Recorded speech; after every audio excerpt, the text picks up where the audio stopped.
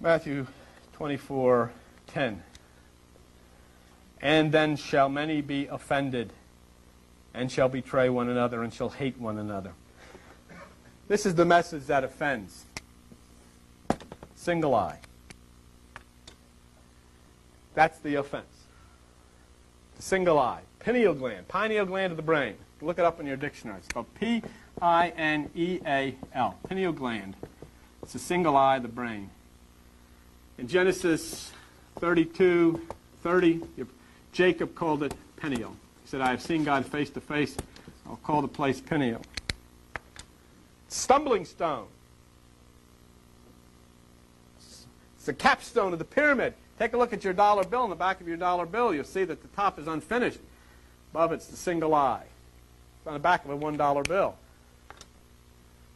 The only stone that can be the capstone of a building, okay, the pineal gland, is on a pyramid. The only place. Isn't that interesting? And that's what it says. It's the cornerstone. It's a capstone. It's the single eye, and it's connected with the pyramid. Look at page 215 in the New Testament, 1 Peter. Page 215 in the New Testament, 1 Peter, chapter 2. Okay?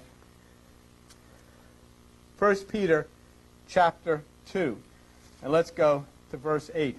This is a stone of stumbling and a rock of offense, even to them which stumble at the word, being disobedient. Because Jesus Christ said in Matthew 6:22, if your eye be single, your body will fill with light. Once again, the single eye is the pineal gland of the brain. It secretes a hormone called melatonin. Melatonin is a skin lightener. Jesus Christ could have said 3,000 years ago, if you stimulate the pineal gland, your body will fill with melatonin. Dr. Wilson in Washington in the New York Times says melatonin secreted from the pineal gland kills cancer cells and strengthens your immune system. Then why don't you do it? Why don't you instruct your children? Why don't you force your children to do it instead of reading all these cockamamie fear stories about devils? Why don't you start feeding them that which is the truth of God and what is built within you so that they can enter within and they can also have cancer cells in their immune system strengthened and they won't be getting the kind of things that people are getting out in the streets today. Why don't you do it?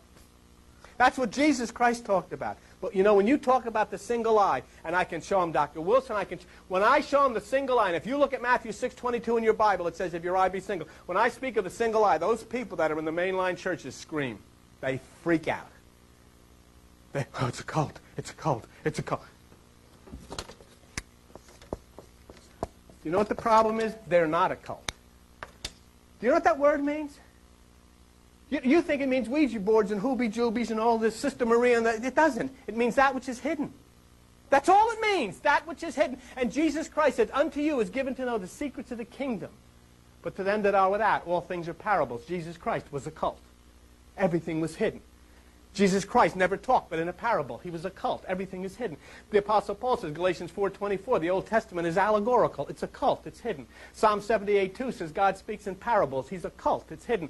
Proverbs 1:6 says wisdom is knowing the dark sayings of the ancient. It's a cult. It's hidden. You know what? They're against the occult because they don't understand that which is hidden. They don't understand how the Bible was written. They don't understand how Jesus Christ taught. And they stand right out there and they say it's a cult, and it's true. But you take a word that's a beautiful word and you make it into a horror. You know.